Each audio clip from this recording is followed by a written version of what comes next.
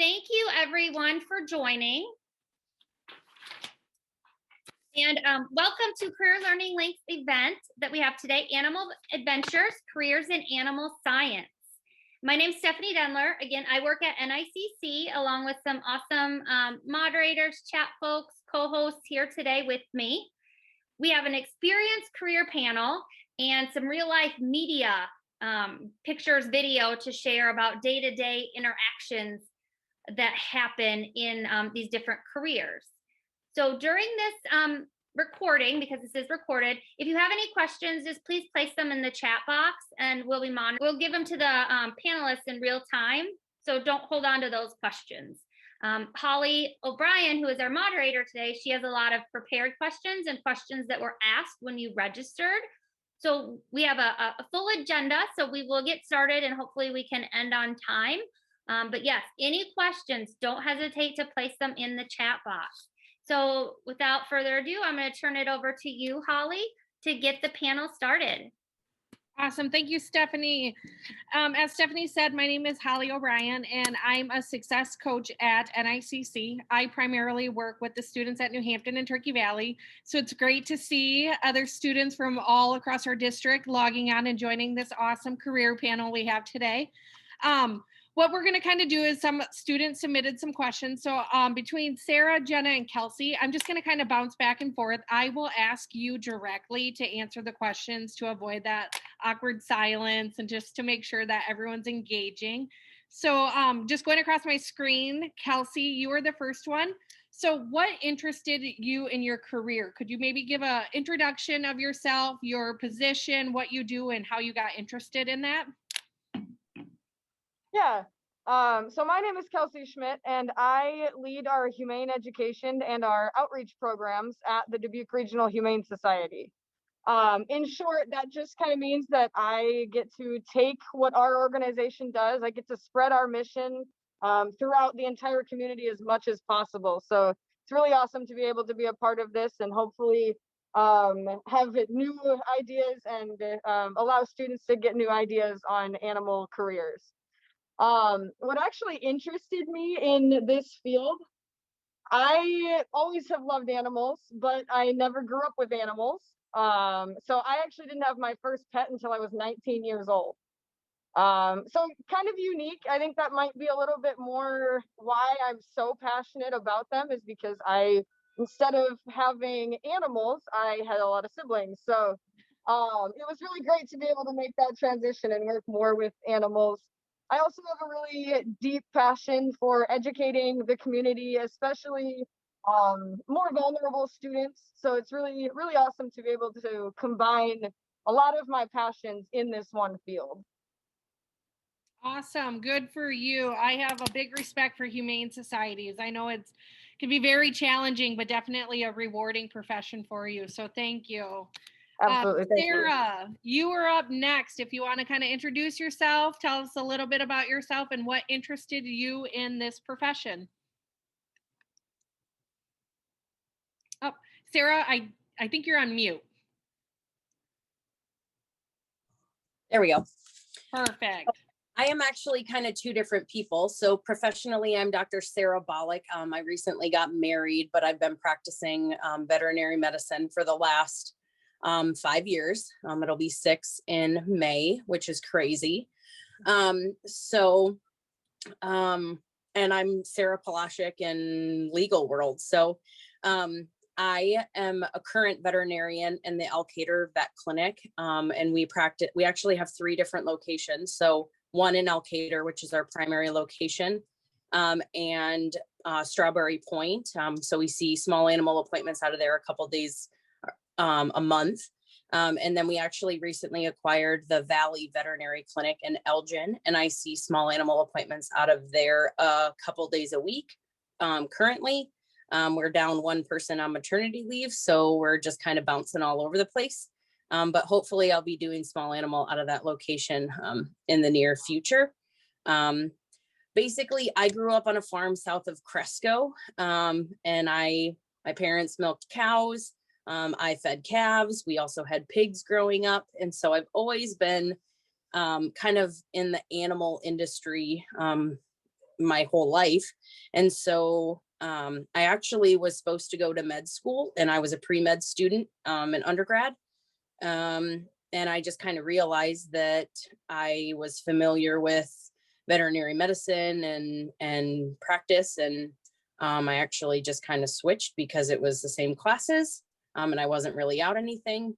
And so that's kind of what happened with me, I guess. And so I was an undergrad for 3 years and got accepted into vet school early. And so then I did vet school, and here I am. So awesome. What a career change for you. yeah. But a good thing that those classes kind of fit. That's a big thing that we're trying to educate these high school kids on now, is the importance of getting out in job shadows, exploring those careers. So you take college classes and they're meaningful and not kind of just going to waste or learning. So awesome way to tie that in together. And then last but not least, Jenna, if you want to introduce yourself and explain what got you interested into your career. Yeah, thanks for having me. I'm Jenna Pollock. I'm the Executive Director of the Clayton County Conservation Board. Our most famous park is Osborne Nature Center, where you might be familiar with our native wildlife exhibit. How I got here isn't exactly a straight path. So I would definitely encourage career exploration if you have that opportunity.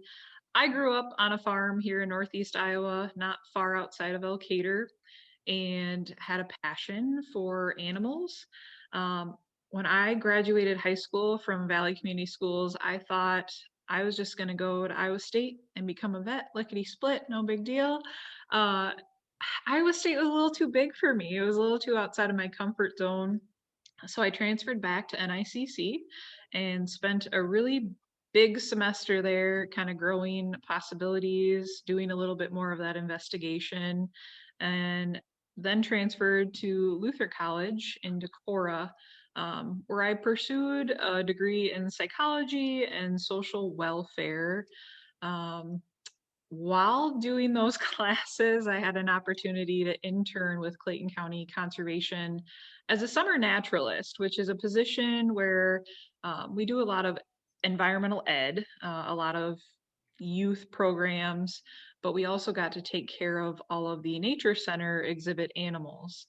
I ended up interning there for a couple years and realized that educating people on natural resources and wildlife was a big passion of mine. So after I graduated college, I got a job as a naturalist in Emmett County, kind of northwest Iowa. I was there for about 3.5 years when I saw the director position open with Clayton County, and applied and have been learning more ever since about the field, about all the responsibilities involved in caring for our wildlife exhibit, and answering unique phone calls about all things nature here at the Nature Center. So that's a brief snapshot. Wow, wonderful. Yeah, you've definitely had quite an adventure, but I hear great things and they're lucky to have you. So students, I know Steph said it, but I just want to say it again. If you have any questions, feel free to put them in the chat. Otherwise, I will continue going down with some of the questions that were submitted during your registration. I had another student ask, like, what is the most satisfying and fulfilling part of your job? So we will start back with you, Kelsey.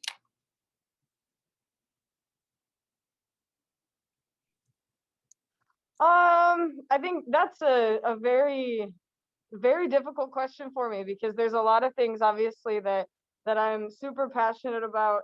I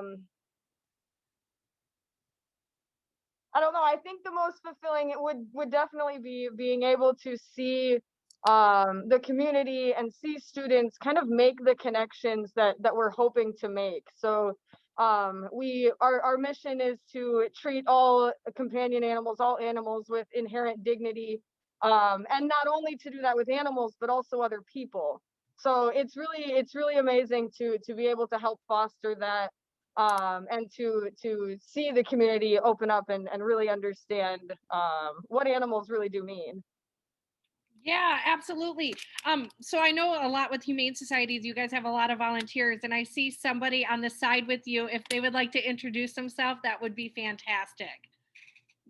Yeah, so my name is Holly Style. I am our manager of volunteer and foster engagement. I have been with the DRHS, or the Dubuque Humane Society, for 6 years.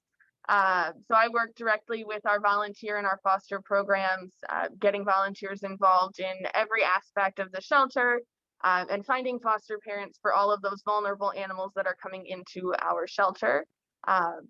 So I guess to sort of answer that question, the most rewarding thing for me is very similarly seeing people make those connections with the animals. A lot of times our volunteers can't have pets of their own, or just kind of learning about animals and about having companion animals. So sort of watching those connections get made, people making those relationships with different types of animals, and then also seeing how the animals respond to that as well.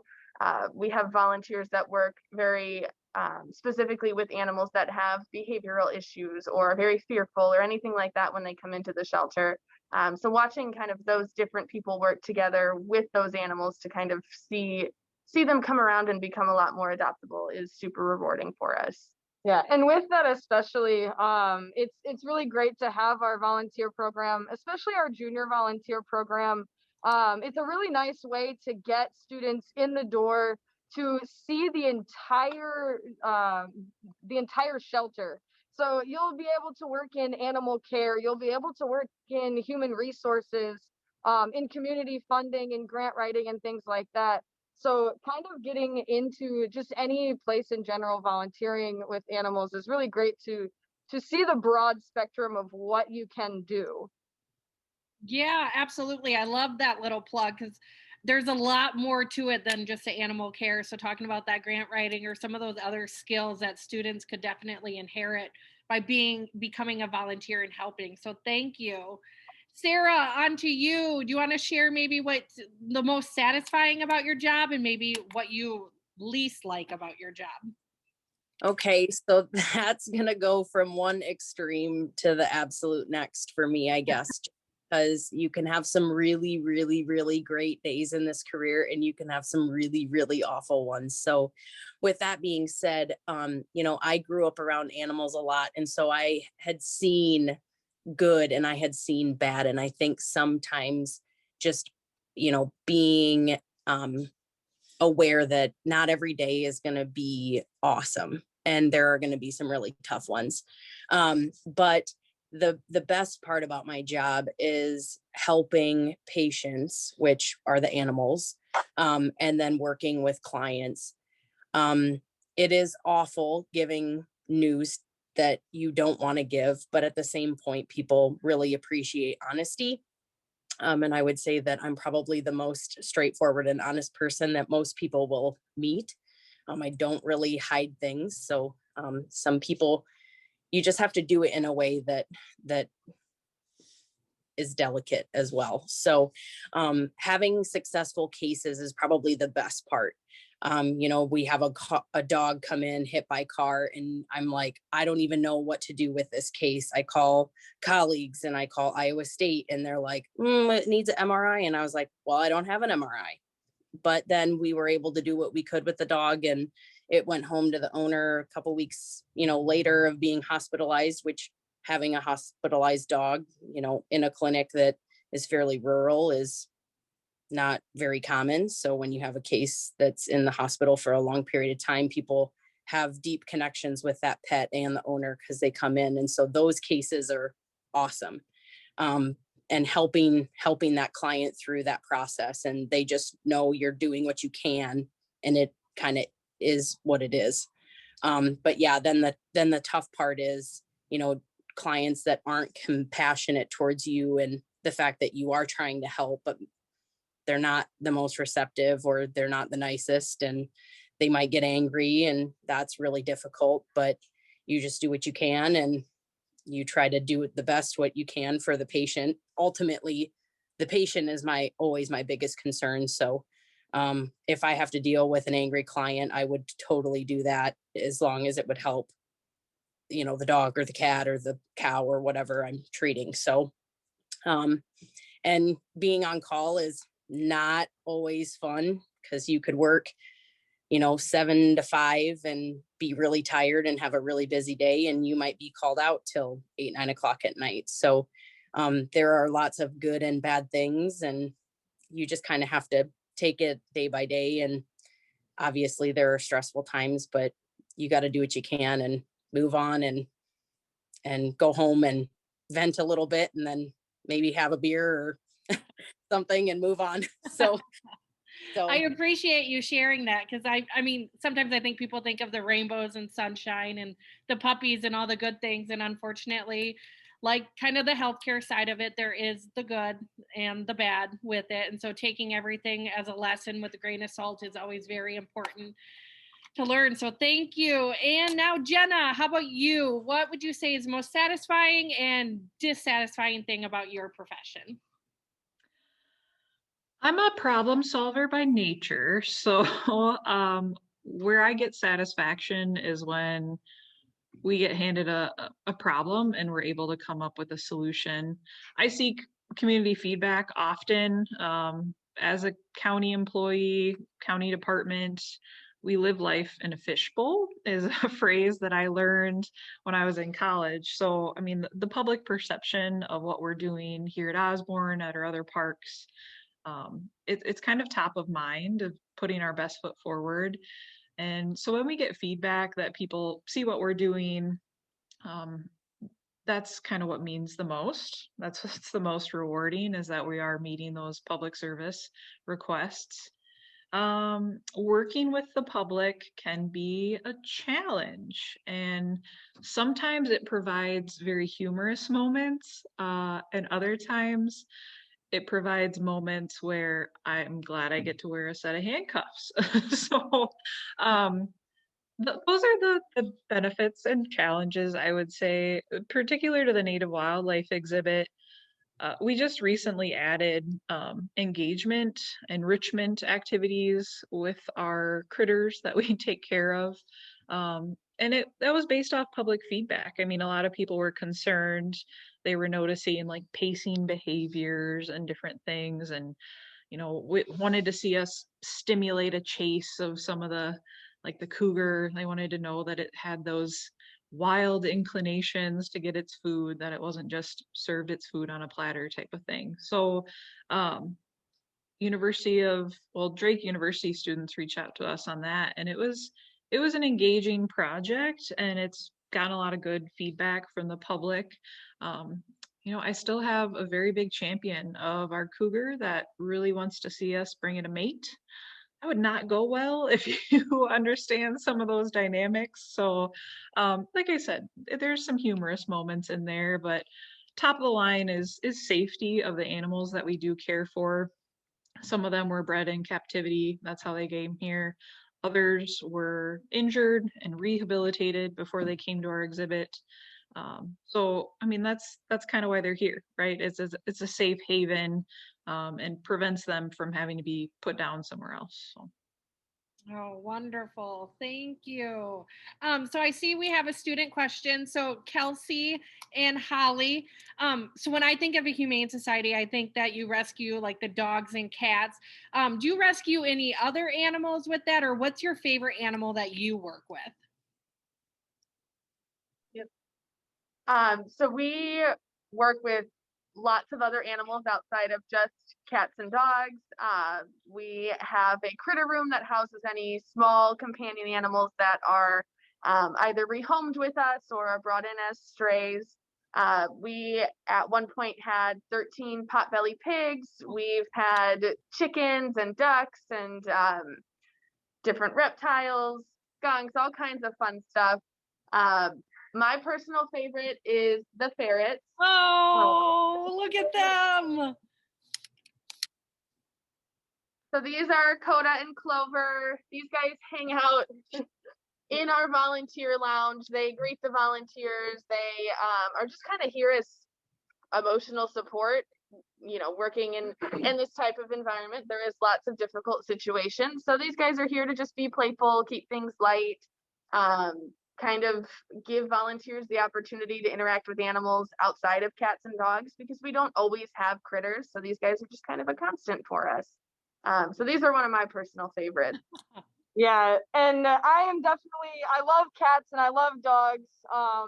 My best experiences with animals, with cats and dogs, is probably the ones where they come to the shelter and they've either been surrendered or they've come to us stray, and they're very scared. They're very nervous. They're almost completely shut down. And while the dogs that are sometimes outwardly aggressive, they can sometimes be a little bit easier to manage. So my favorite types of animals are those ones that kind of just end up as a ball on their bed and need someone to just let them know that they do care and that they're here. So then we're just kind of that transition point, and I love being that transition point for them. But I'm also a fan of all the strange, weird animals. I have 2 snakes at home. I have a hermit crab in my office. So a bunch of just fun things that kids love to learn more about how to care for them is really why I have them all, so that they all can understand it from my perspective, how much it takes to actually care for them. Amazing.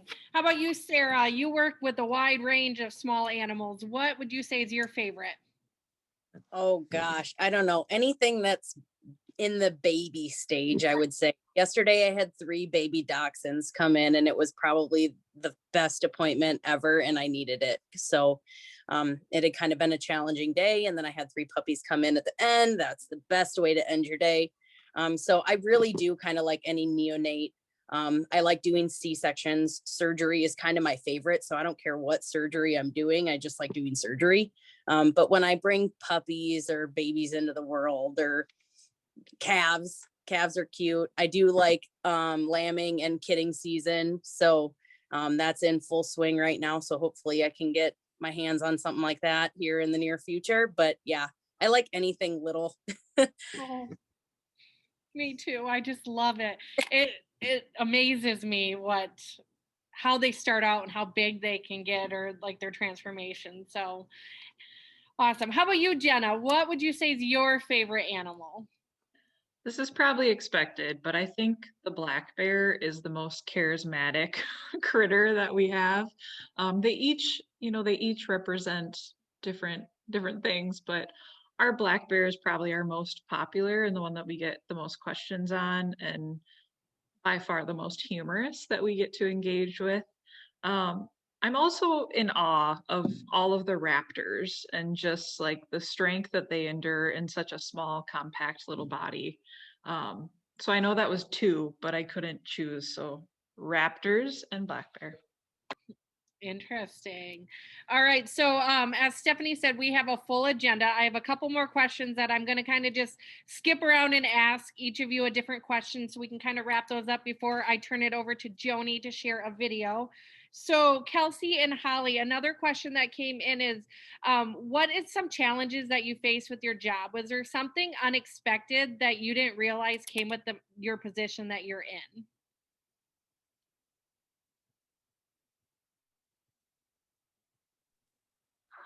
Yeah. So I think the most unexpected thing for me was being able to be comfortable in large groups of people. And so actually, I know you're going to ask a couple more questions, and I don't know if you'll actually get to me on this one, but it's the one that asks about a high school or college class that you thought you'd never use. And while I knew that I would use this class, I never imagined the actual scope of what this class would give me. And that's one of my speech classes in high school. We had to write our own speeches, and we had to perform our own speeches in front of the class. And as much as they might have been goofy speeches, and some of them might not have been very good, you even still kind of just learned that confidence to be able to do that. So I think that was probably the biggest struggle for me. And then going back to be able to remember those classes, I've done this before, this should be easy. And then you just continue to build off of that. Awesome. All right, Sarah. So I'm going to kind of tie two questions in together. A student asked, what's the hardest part of your job? And then we had another question of, does your job consume you? So you kind of talked a little bit about sometimes you're on call. How do you separate that work-life balance and make sure that you're not kind of getting drained out and just ensuring that you go to work every day with your full head on your shoulders? Yeah, so sometimes that is super challenging because like I said, it's super up and down. But the toughest part of my job, so there's just a lot of like behind the scenes. So you can be a veterinarian, and some places you can show up and just do the technical side of the job. But then you also have the clients that are difficult and call 7 times and ask you multiple different questions, or then they call 7 times and then they call again saying that they have an emergency. I mean, there's just some people that are super time consuming. And so you just kind of have to take that with a grain of salt and deal with it in the best way that you can. But sometimes we run into financial issues with certain clients, and you have to tell them that they have to pay their bill before you can do something because they have a large bill already. That is super difficult, especially because I'm not an owner here. And so I do have to be cognizant of the business side and try to do the financial thing as well as doing what's best for their animal and doing what I can with some financial constraints sometimes. So that is difficult. And then you kind of get to be the bad guy because you're asking for money and their pet might need to be treated. And you obviously do what you can to get them stable and whatnot. That's what we're supposed to do. But there definitely are some things that you just really don't expect that. I mean, you know that it's probably going to happen, but you don't know how much or what you're going to really have to do. So how I don't let my job consume me, because it very well can. I mean, we open at 7:30, we're open till 5:30. And then we provide emergency services whenever like during the day, even though we have appointments scheduled, and then at any time, holidays, anything like that. So rule number 1 is I do not give my phone number out to people that I don't know. And my husband has well known the rule of he doesn't give my phone number out either, and neither does my parents and anything like that. So I think it's just making sure that you set boundaries. And I just watched some CE over the weekend saying you have to set boundaries and you have to know when you're working and when you're not, because you're always going to go out to eat with somebody and they're going to be like, hey, my dog, can I ask you this question? And it's like, well, you've already started, so you might as well get it over with. But and I have friends that ask questions all the time over the internet, and you get used to it. But sometimes you're just like, can you call the clinic or whatever? So most of the time my husband hands out my business card with the clinic's phone number on it if they're asking questions to him. So, and we do have hobbies. When I leave work, I go snowmobiling, I go kayaking if it's nice, I play with my dog, we go on trips. So just doing things outside of work and not letting it consume you. But yes, I'm super passionate. And, you know, when I have a dog that's hospitalized, I come in and take care of it. And you're all in when you're in, and you try to take time off and shut your brain off and completely leave work when you leave work. So absolutely, I like that with boundaries.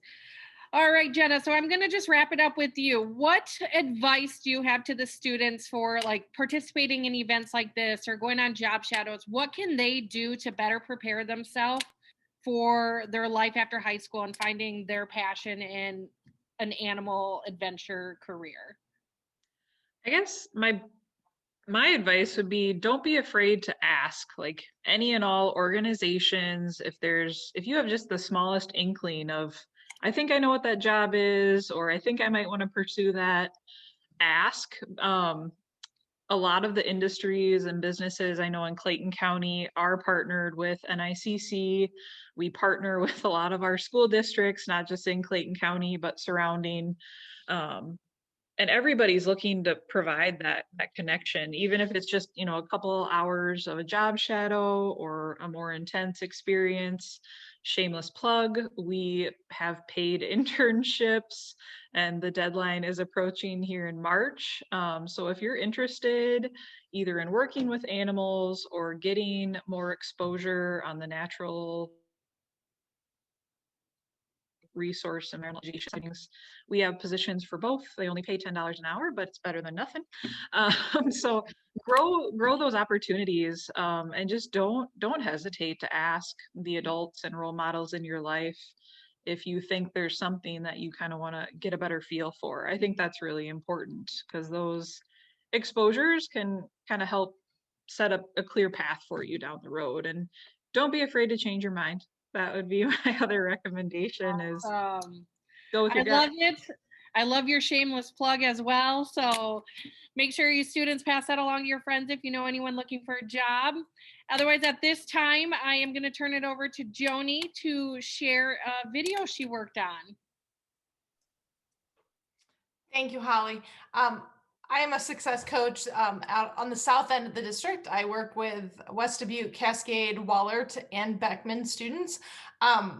Thank you, Kelsey and Holly, for showing me around the Dubuque Regional Humane Society a few weeks ago. We had a big challenge to take our 45 minutes of footage from that day and condense that down into a 10-minute video appropriate to share during the event today, because I think each one of these wonderful presenters today could have hosted one of these events on their own. Ton of information. So we're going to share the information, the video clips that we are put together, but we will also have the link to share out the entire 45 minutes of the time that I spent with Kelsey showing me around the Dubuque Regional Humane Society. So go ahead, Steph. Yep, and if there are any questions during the video for Kelsey, place them in the chat, place them to everybody, because then Kelsey could maybe answer them, or Joni could, or we could ask them to Kelsey as well, okay? And you guys all got to remember, none of us are professional video folks, okay? So we do with what we have, and we do the best there is. But you guys will enjoy this. So any questions, place them in the chat button to everyone.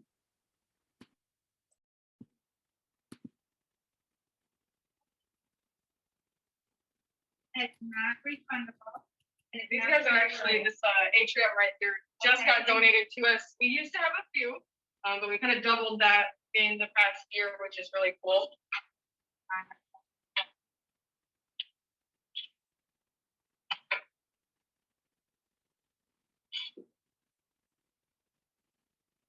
So these are some of the animals we can work with. The volunteers get to help socialize. Our staff help clean them. Also, I get to take some of the animals out into the community and show them off, and hopefully they find their homes there.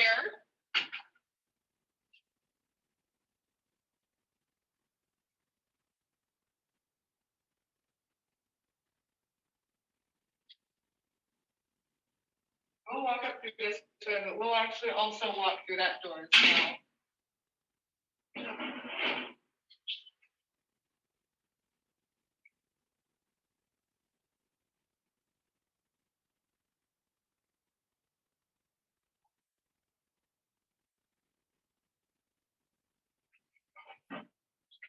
Loris is actually cleaning one of our visitation rooms for cats. We've been keeping up with sanitization during COVID and hoping to make sure when people visit, we clean that out. So our staff and volunteers just kind of equally take that on. This is how we actually access the cats.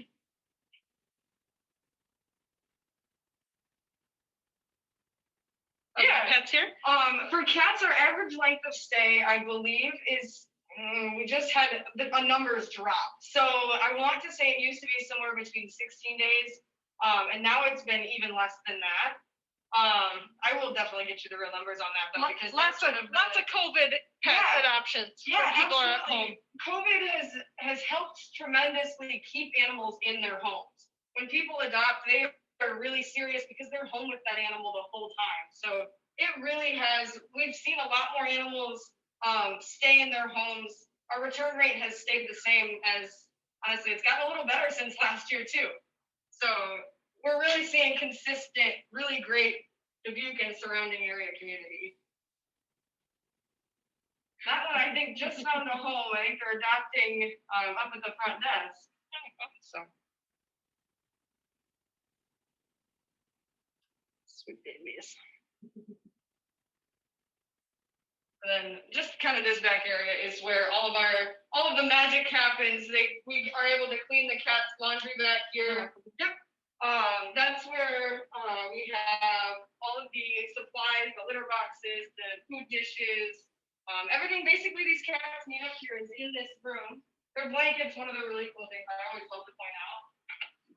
This whole way down here is all blankets for them. So these are all filled up by people who donate to the shelter. A lot of times it's just their old blankets that they don't use anymore. They have too many, they've gotten too many for Christmas and decide to give them a different home.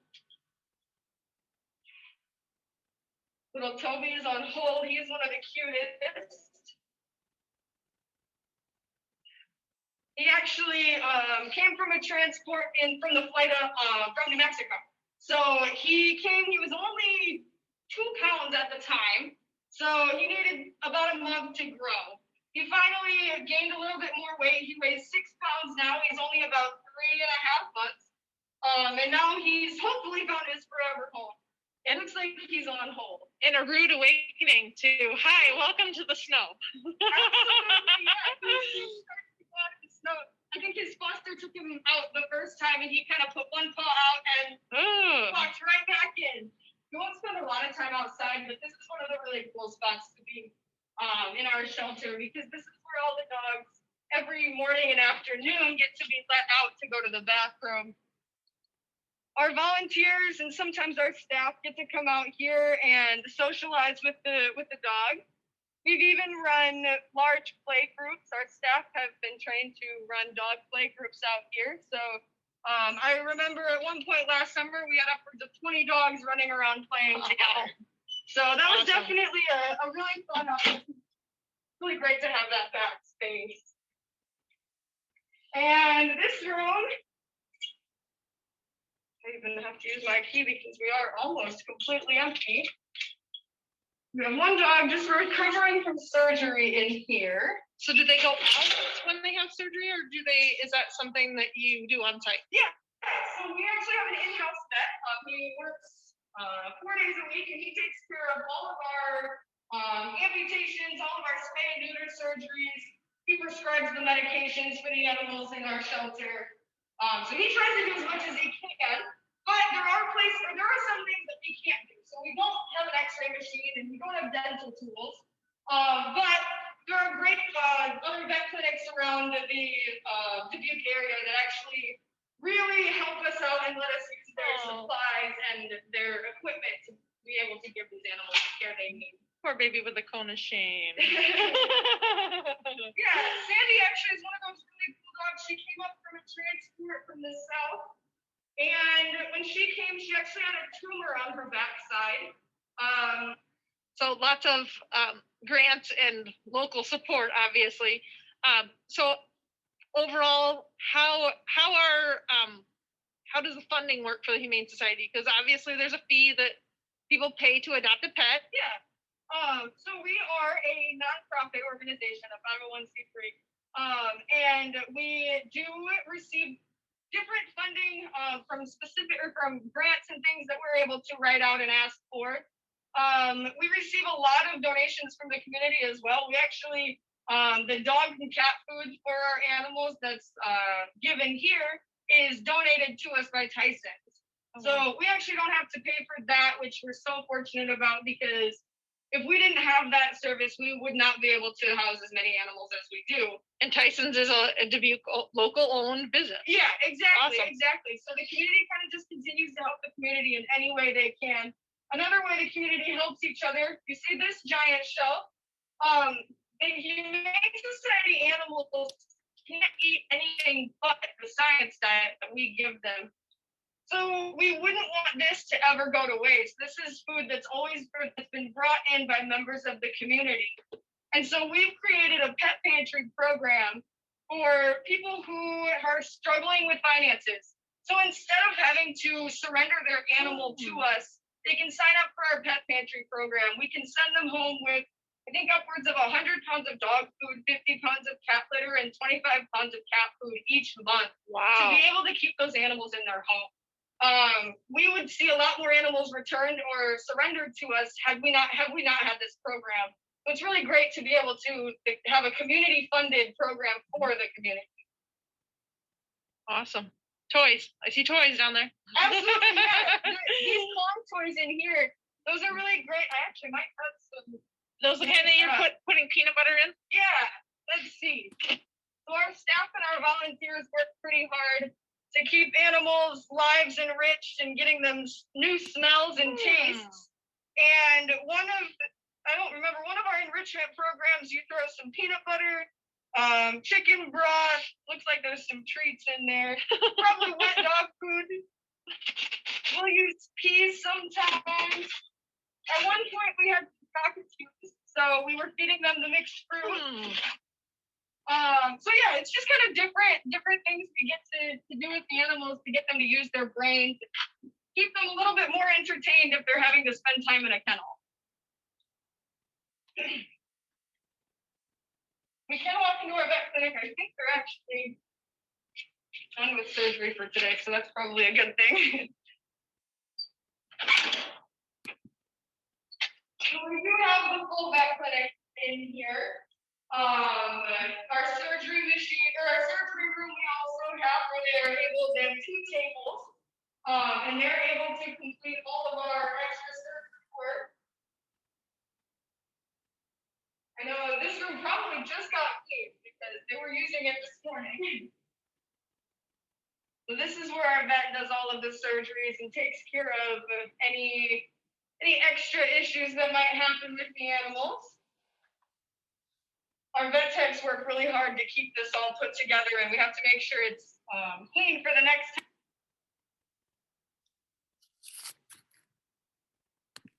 Awesome. Thank you for sharing that and doing that video, Joni, Kelsey, and Holly. And now, Sarah, we're going to turn it over to you. Stephanie will share her screen again and share the pictures that Sarah has shared. Some are very intriguing. So buckle up, everyone. Yep. And just before that, so there is that full 45-minute video. Sorry, Kelsey, that I had to cut you off there. We wanted to play the whole thing, but I will be sharing that with everyone because it does have some awesome information. So Sarah, I'm going to start sharing it. And if you want, you can talk about each screen as much as you want. Just let me know if I need to keep going to the next one. Okay.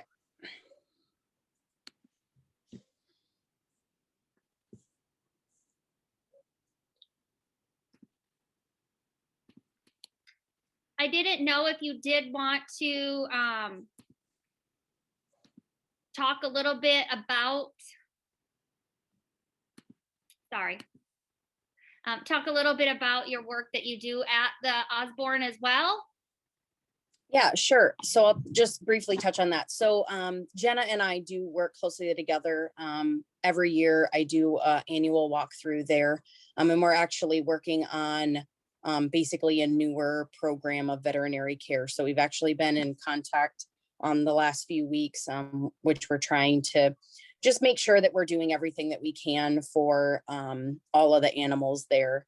I know recently they had one of the animals that, you know, had developed a lesion in the mouth, and unfortunately that didn't end well, but you know, obviously we see things there as we need to and try and keep those animals healthy. But annually we go through and do a walkthrough and just see if there's anything that we need to address and whatnot. And so that's usually when I get to spend time with Jenna at Osborne. So I think we can, okay. So one thing that I do that is super, super fun, and I absolutely love this part, is at my previous practice, I'm also a board member of the Howard County Fair.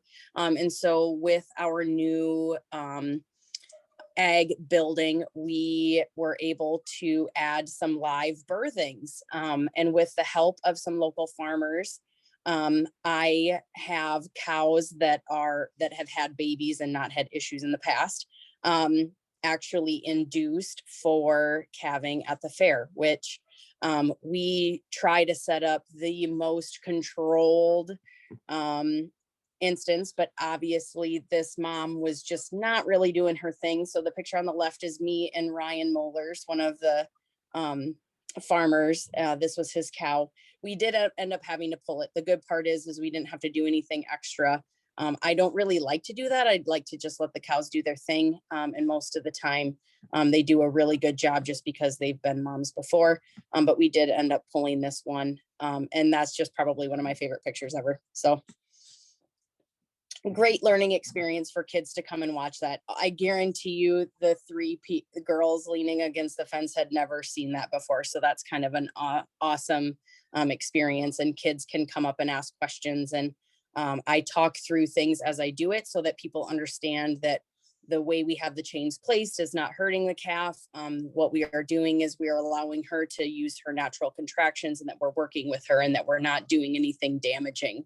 We're making sure that we have 2 front legs ahead and whatnot. And if we need to correct a malposition, I do think there was a leg back on this one initially. So, which is why she wasn't fully dilated, and we ended up helping her. But basically, awesome pictures. So Holly says, so I don't know if we can go through these, finish, or if we need to stop. Oh, no, we're going through them. We're just saying if anyone needs to leave, they can, because this will be recorded and sent to them. But if you could stay on, that's even better. So, nope, you just take your time.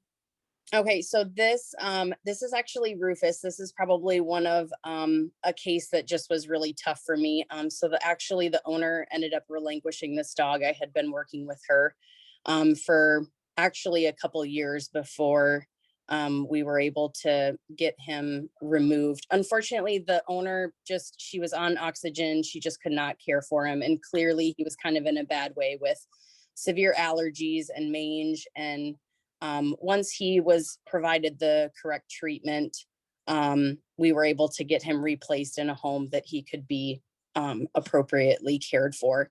It just was a bad situation. She really wanted to do the best she could, but she was confined to her house on oxygen, and he just needed more than what she could offer. So that was a really tough conversation to have with her, but ultimately he did really well once we were able to tend to his needs. So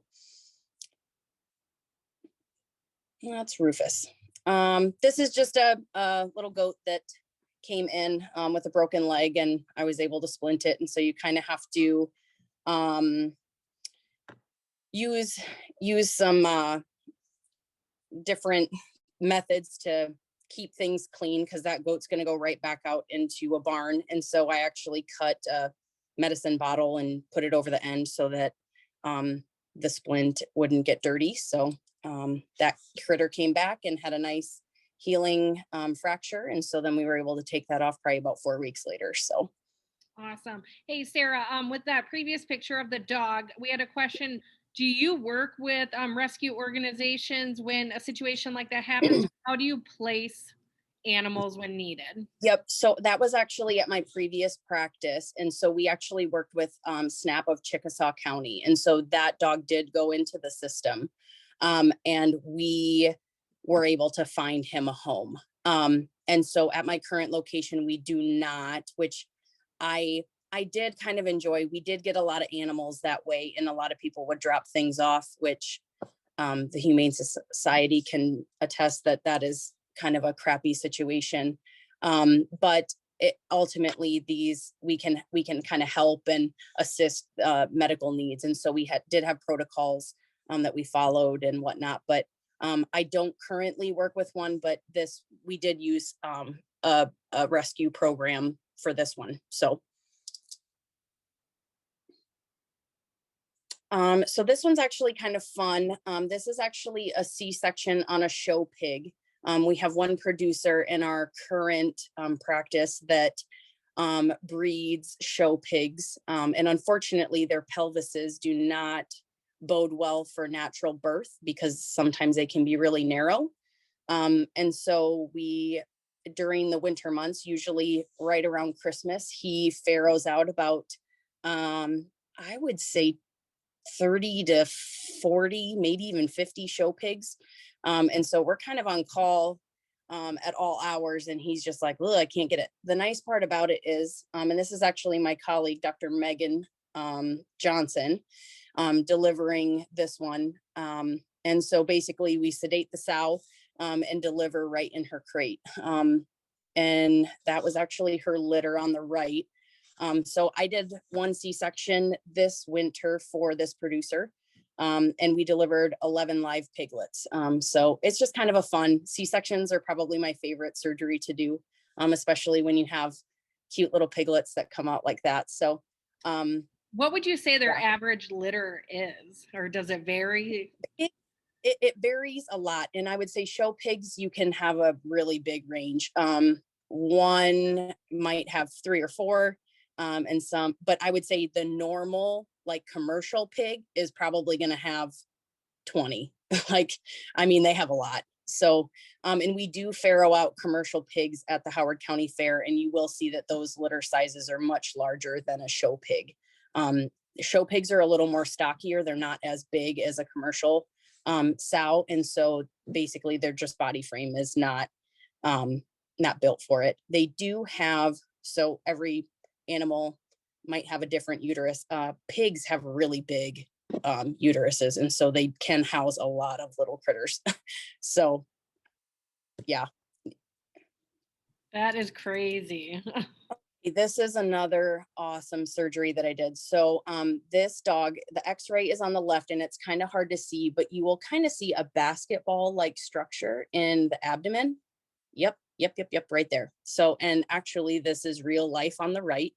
That took us like 3 hours to remove. So that is a tumor on the spleen of a dog. And unfortunately, we just euthanized this dog, which made me cry because he actually lived maybe 2 years after we did a splenectomy.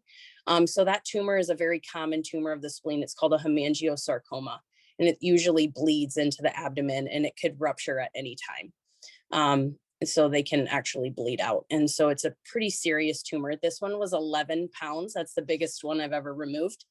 It filled the bottom of a 5-gallon bucket. Dog did swimmingly well after surgery. 2 doctors scrubbed in on that. Really, really gratifying surgery. And like I said, we bought that dog, average is 6 months, but we bought that dog a ton of time with his family. So probably one of my favorite pictures too. This one was actually, oh crap, my cat got into my fishing box and swallowed a fish hook. Luckily, most of the time these get lodged in the esophagus and I can't do anything about it because I don't have a scope. But this one made it all the way to the stomach. So then I can do a exploratory surgery and enter the stomach. And I pulled that bad boy out of a wad of hair, which was about the greatest thing that cat did, was probably licked itself a bunch. And then it got intertwined in all of that hair. And it covered all the sharp ends and it made all the way to the stomach. So that was an awesome gastrotomy that I did on the kitty. Okay. This is, like I said, I really love C-sections. I love puppies. I love new puppy and kitty appointments because that's when I can start the relationship with people and I can tell them what they should be doing with their puppy. And I will say I'm not a huge fan of breeders just because they tend to tell me how to do my job. And I have an immunology background and I have a medical background that says, yes, you can and can't do vaccines the way you should, I don't know, but I'm a sucker for Australian Shepherds and I have an Australian Shepherd and I really wanted this puppy for my birthday. But I did a health check. I love doing health checks and I like doing house calls that I can look over puppies and get them prepped for their new homes. The picture on the right is the largest Bulldog litter I ever delivered. And oh my God, I can't even count them. 1, 2, 3, 4, 5, 6, 7, 8. There's more in there. I want to say it was 11, which more normally Bulldogs have like 2 or 3. So that was a huge litter, and that was super fun. So I am a sucker for Bulldogs, so that one just makes me smile. Yeah, they're kind of like show pigs where they do not have a good pelvis, so they do not give birth on their own very well at all. So we do timed C-sections on them, basically at 62 days plus or minus 1 or 2, to get them out successfully. So, okay. So this one is really, really gross. Okay. Hold on, Sarah, before you go, students in the chat box, do you have any idea what that picture is? If you want to put a guess in the chat box. I'm guessing the girls in the society are going to get this one. Cause yep. Holly, while they're guessing, there's a question in the chat box. Opportunities that were available to you, Sarah, that you were able to take advantage of before or during college or even in high school, such as an internship or working in a certain area? Yeah. So the biggest thing that was advantageous to me was I did take NICC classes during high school. So I had my first year of undergrad done basically my junior and senior year of high school. So that was super, because then once I got to undergrad, I just took all my science classes and I jam-packed them into 3 years, which I didn't know initially when I did it, but then I was able to apply to vet school early and I got accepted before I had actually gotten my degree, which some schools do that, some schools don't. And so I did it in 7 years when most people do it in 8. But that's just kind of my track that I took. I did volunteer a ton at local vet clinics. I did not get paid for it. So do not shy away from opportunities that you don't get paid, because you gain experience, you gain knowledge, you build relationships, and trust me, those relationships are huge. Because I have worked at just about every clinic in Northeast Iowa and I know every single person at them. So super helpful. And you meet a lot of people. And it's it's a small but big community. So, yeah, so this was a phone call. The owner called and was like, my dog got into the bathroom and ate my girlfriend's tampons. And I was like, oh God, you better bring that dog in right now. So the guy brings the dog in. We induce vomiting with a drug called apomorphine, which is probably the most amazing drug known to veterinary medicine, because the dog vomits in like 30 seconds. Like, you have to be ready. So we give it IV and the dog pukes. And I'm like, oh man, this dog ate a lot of food. I'm like, what is this? And so I'm sifting through it with gloves, obviously. And I'm like, oh, here we go. Found the tampons. So I'm counting. I'm pretty sure there's 8 there. Nope, 7. Okay. So 7 tampons. And I'm like, did you feed this dog a bunch of hamburger helper before you brought it in? And he's like, oh man, I wondered where my lunch went. So kind of a funny story. But then exactly 1 month later, he called back and said it had happened again. And I said, 1, you need a new trash buddy.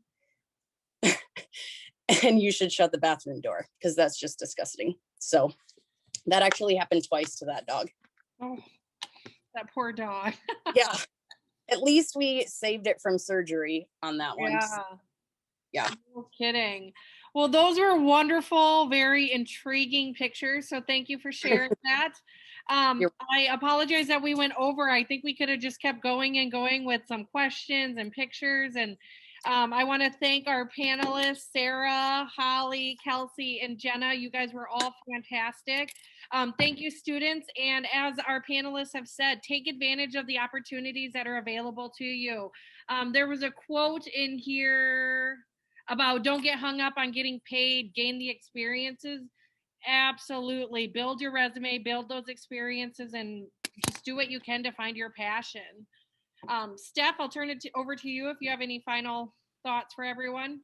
Nope. And actually all the participants stayed on. So you guys did amazing, because they're all interested in this. so we didn't lose anyone. So thank you, participants. I will be sending out the link to the video to all of you and an evaluation form. If you guys want to follow up, we do have an Animal Sciences Visit Day for NICC coming March 5th, correct, Holly? I think it's March 5th is an Animal Sciences Visit Day. So if you want more information on that, reach out to me or reach out to your career service or career coach, and we can help you get registered for that. Otherwise, again, thank you all very much for your time. We really appreciate it. And panelists, do you mind if I share your contact information, the email with students? If they have any questions, they could follow up with you. Just the email. Don't worry. No sharing your cell phone. I don't think I have it, Sarah. All right. Well, thank you everyone again, and have a great day. Thank you.